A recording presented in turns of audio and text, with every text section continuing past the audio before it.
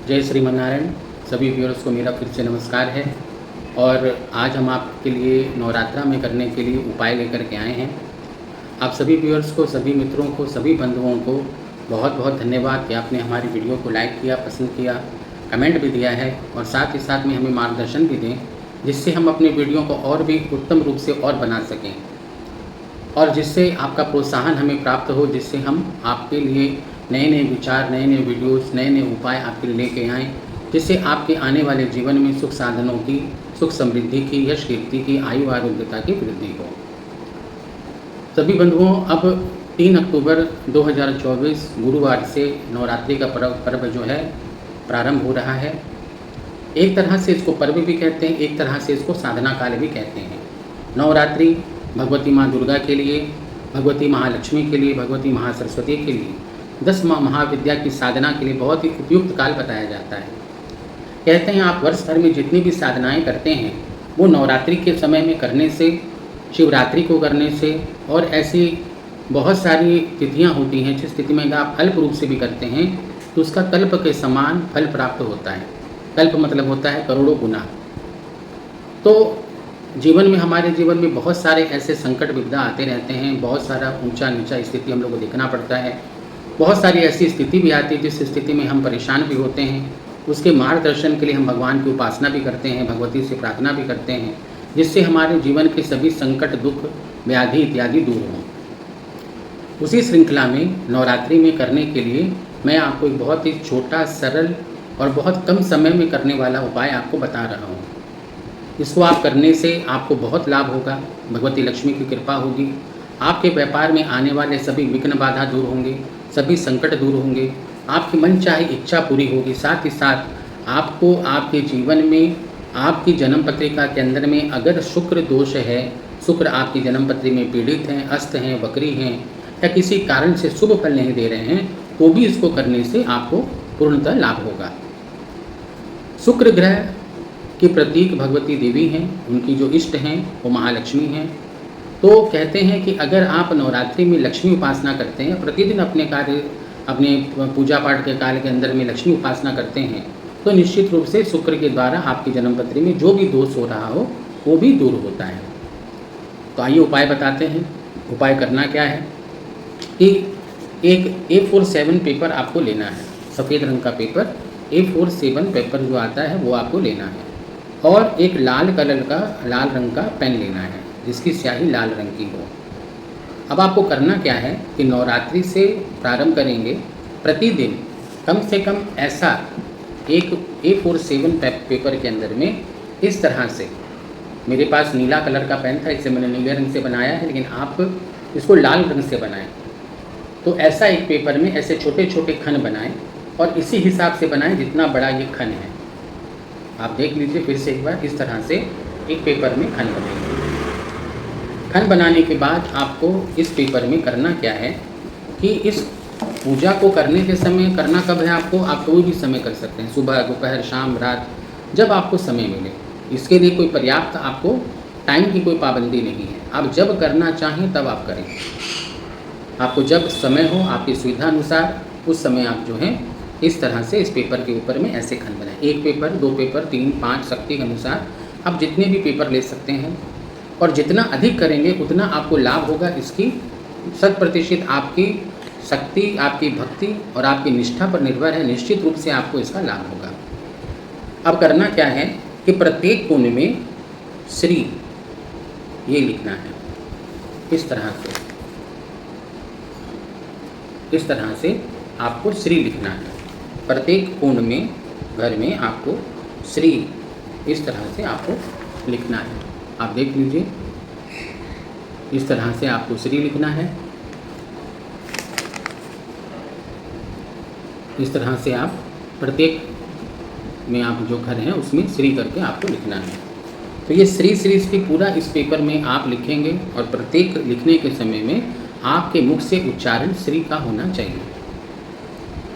इस तरह से प्रतिदिन लिखने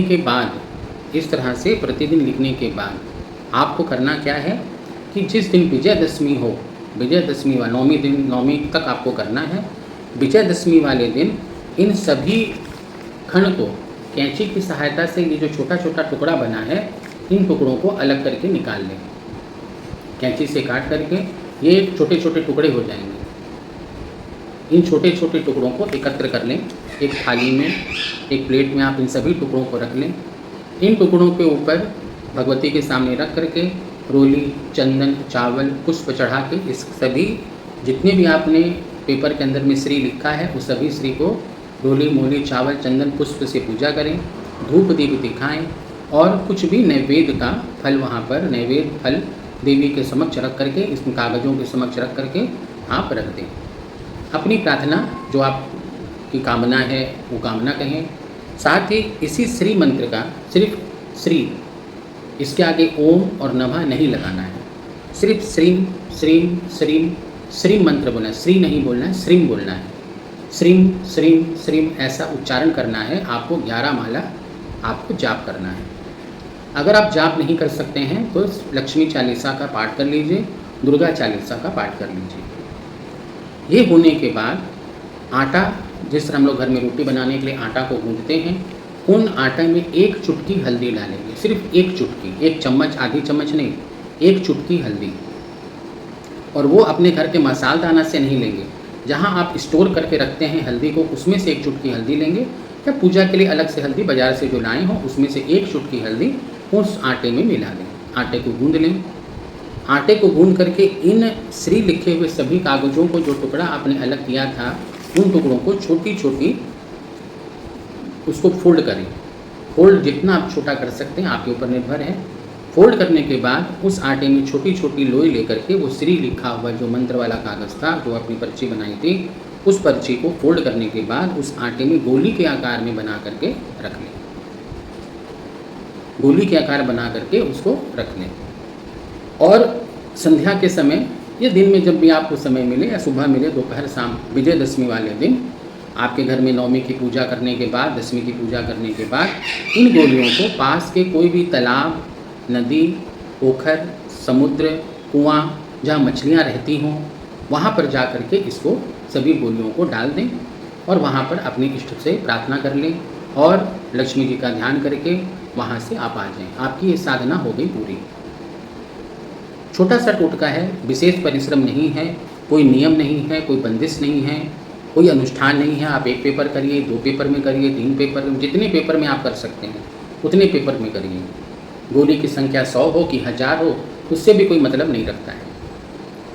तो इन कागज़ों को फोल्ड करके इसकी गोली बना करके वो आटे की गोली के अंदर डाल करके उसको फोल्ड करके आटे की गोली में डाल करके मछलियों को खिलाना है। ये साधना बहुत उत्तम है। इस साधना से आपको निश्चित रूप से लाभ होगा, ये पूर्णतः विश्वास है।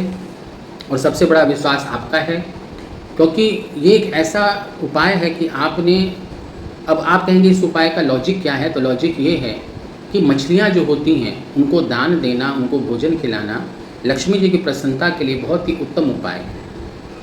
दूसरा, लक्ष्मी जी जो हैं जल में निवास करने वाली हैं, क्योंकि आपको पता है भगवान क्षीर सागर में निवास करते हैं, तो लक्ष्मी जी के सारे जो समुद्र के अंदर में जीव जंतु होते हैं सब उनके सहचर हैं, उनके मित्र हैं, उनके प्रसाद के भाजन हैं। तो जब आप ये उपाय करते हैं तो इससे लक्ष्मी माता जरूर प्रसन्न होती हैं।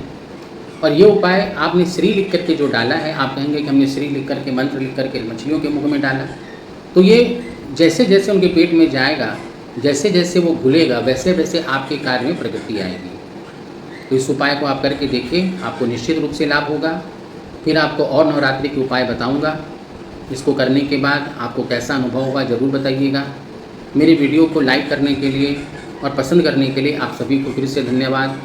मेरे वीडियो को लाइक करिए, कमेंट करिए और मुझे मार्गदर्शन दीजिए, मुझे प्रोत्साहन दीजिए।